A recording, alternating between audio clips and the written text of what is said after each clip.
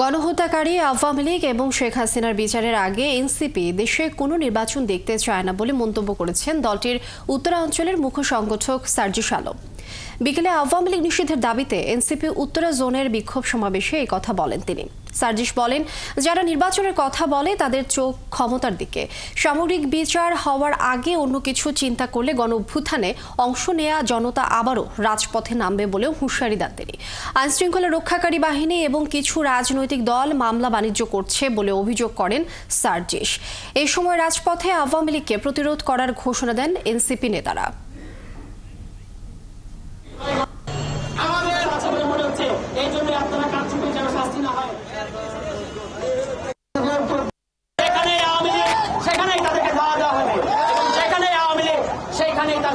প্রতিরোধ করা হবে।